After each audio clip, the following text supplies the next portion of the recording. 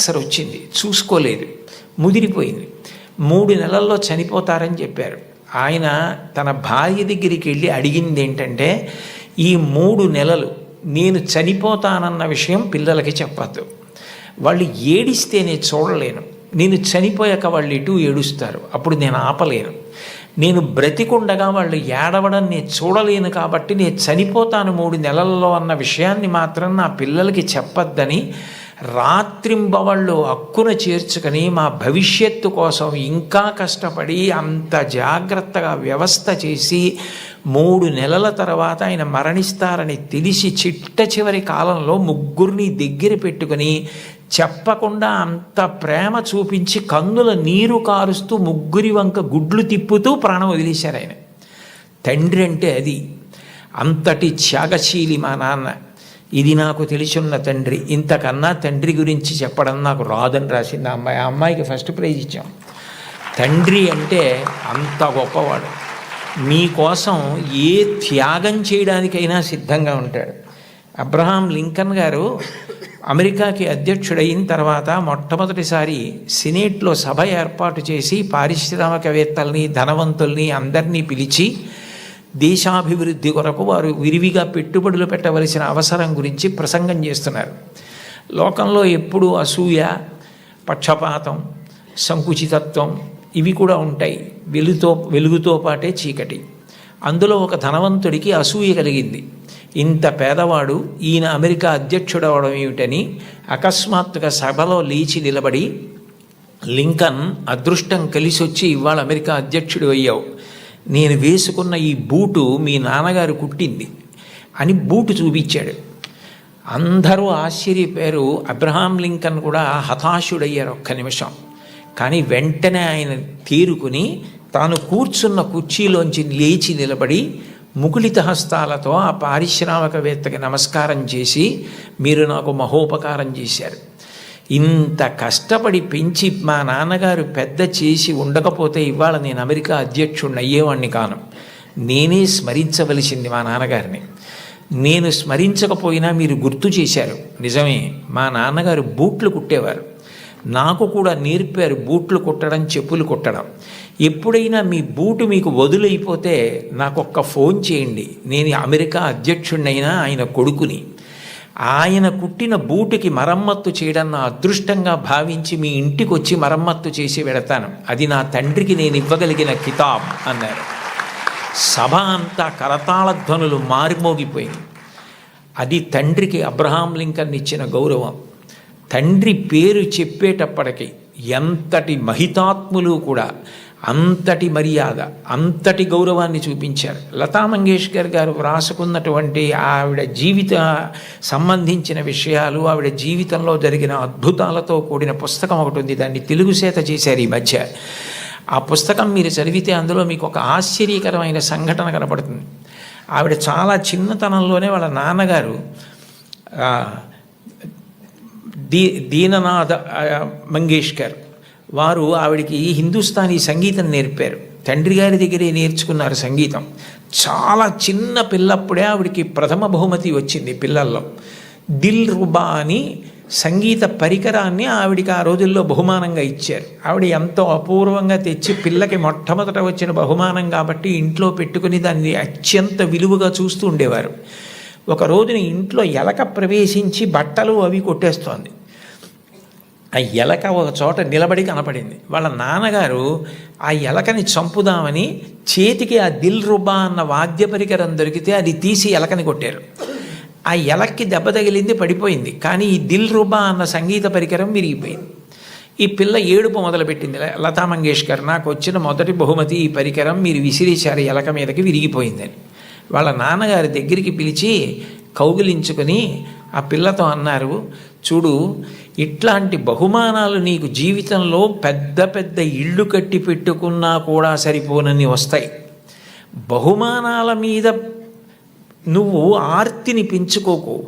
నీలో ఉన్న కళ పెరగడానికి నువ్వు పరిశ్రమ చేయడం నిరంతరం చెయ్యి. నీ కళని పెంచుకోవడం మీద ఆర్తి నీకు నిలబడితే నీ వెంట ఇట్లాంటి బహుమానాలు పరుగులు పెడతాయన్నారు. భారతరత్న వచ్చిన తరువాత, పద్మ విభూషణ్ వచ్చిన తరువాత వాళ్ళ అమ్మగారు ఆహా అన్నప్పుడు ఆవిడ సభలో ఈ విషయం చెప్పారు. వాళ్ళ నాన్నగారిని గుర్తు చేసుకొని, మా నాన్నగారు చెప్పిన ఆ మాట నన్ను జీవితంలో నిలబెట్టిందని 2 సంఘటనలు చెప్పారు ఆవిడ. 2 అణాల నాణ్యం ఉండేది ఆ రోజుల్లో. ఆ 2 అణాల నాణ్యం, చల్లని నాణ్యం ఒకటి ఇంట్లో ఉంది, ఓ పక్కన పడేసి, ఓ పిల్లాడు నేను మారుస్తాను ఈ నాణ్యం అని దుకాణానికి పట్టుకెళ్ళి ఏదో వస్తువులు అడిగితే ఆ చిల్లర నాణ్యం చూసి ఆ సరుకులమ్మే వ్యక్తి ఇది చల్లని నాణ్యం అవతల పోవని పంపించేశాడు. లతా మంగేష్కర్ చిన్నపిల్ల గౌన్లు వేసుకొని తిరుగుతున్న రోజులు, నేను చూడు వెళ్ళి విజయం సాధించి సరుకులు పట్టుకొస్తానని పరిగెత్తికెళ్ళి గల్లా పెట్టెని ఉండేది, అది పెట్టే తెరవక్కర్లేదు, కన్న ఉండేది, అందులోంచి నాణ్యాలు పడేసేవారు పూర్వం. ఆమె వెళ్ళి ఇదిగో బేడ అంటే 2 అణాల నాణ్యం అనమాట, ఆ కన్నంలోంచి లోపల పడేసి కావలసిన వస్తువులను తీసుకుని వచ్చేసింది ఇంటికి. వస్తువుని ఆ పిల్లాన్ని చూసి, చూడు నువ్వు వెళ్ళి చల్లని బేడతో ఏం తేలైపోయావు, నేను తెచ్చానంది. ఆ మాట విన్నారు. విని లోపల నుంచి బయటికి వచ్చి, దీననాథ్ మంగేష్కర్ నువ్వు నీ గొప్ప కాదు, నువ్వు నా కూతురువని మీ పెట్టెలో పడేశాను ఇవ్వండి అంటే తీసి చూడకుండా వస్తువులు ఇచ్చేశాడు. కానీ ఇవాళ సాయంకాలం ఆయన డబ్బులు లెక్క పెట్టుకుంటాడు. చల్లని బేడ దొరుకుతుంది, గుర్తు పట్టచ్చు పట్టకపోవచ్చు. నువ్వు ఇలా మోసం చేయడం ఈ వయస్సులో నేర్చుకుంటే నీ జీవితం ఎలా వృద్ధిలోకి వస్తుంది, నువ్వు ఎట్లా బాగుపడతావు?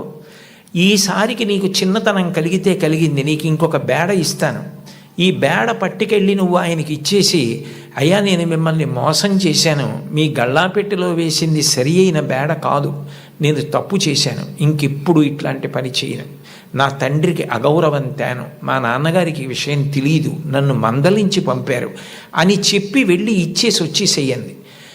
ఆమె ఆ నాణ్యం పట్టుకెళ్ళి ఇచ్చేసి క్షమాపణ చెప్పి వచ్చేశారు. ఆ సంఘటన నా జీవితాంతం నాకు జ్ఞాపకం ఉండిపోయింది. ఆ పైన నా జీవితంలో నేను ఎప్పుడూ ఎవరిని మోసం చేయడానికి ఇష్టపడలేదు, మా నాన్నగారి ముఖం ఆయన మాట గుర్తొచ్చింది అని చెప్పుకుందావిడే.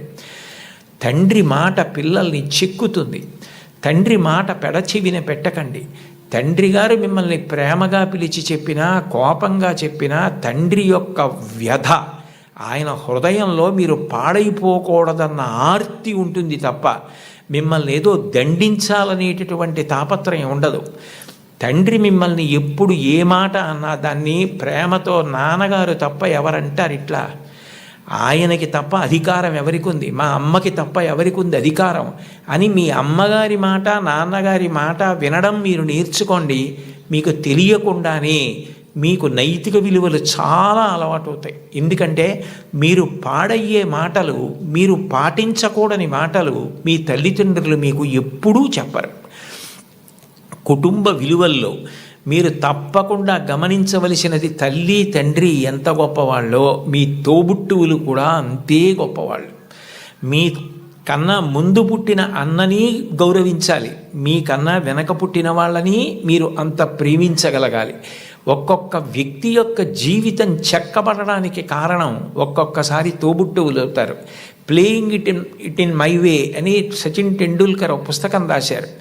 మీరందరికీ పిల్లలు కాబట్టి మీకు బహుశా సచిన్ టెండూల్కర్ గారు అంటే చాలా ప్రీతి ఉంటుంది. మీరు ఆయన రాసిన పుస్తకం చదివారేమో అని నేను అనుకుంటున్నాను, కొంతమంది పిల్లలైనా. అందులో ఆయన ఒక విషయం రాశారు. ఆయన చిన్నతనంలో ఆ రోజుల్లో అచ్రేకర్ గారిని క్రికెట్లో ఆయన దగ్గర నేర్చుకోవడం అంటే చాలా గొప్ప.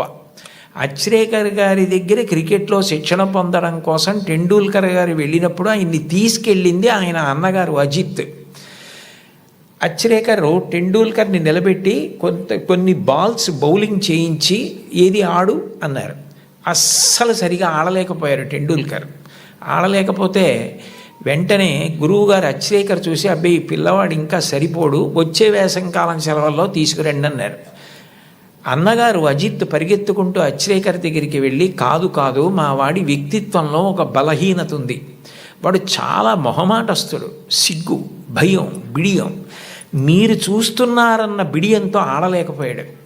మీరు సరే నువ్వు కాసేపు ఆడుతుండు నాకు పనుంది అని దయచేసి మీరు కొంచెం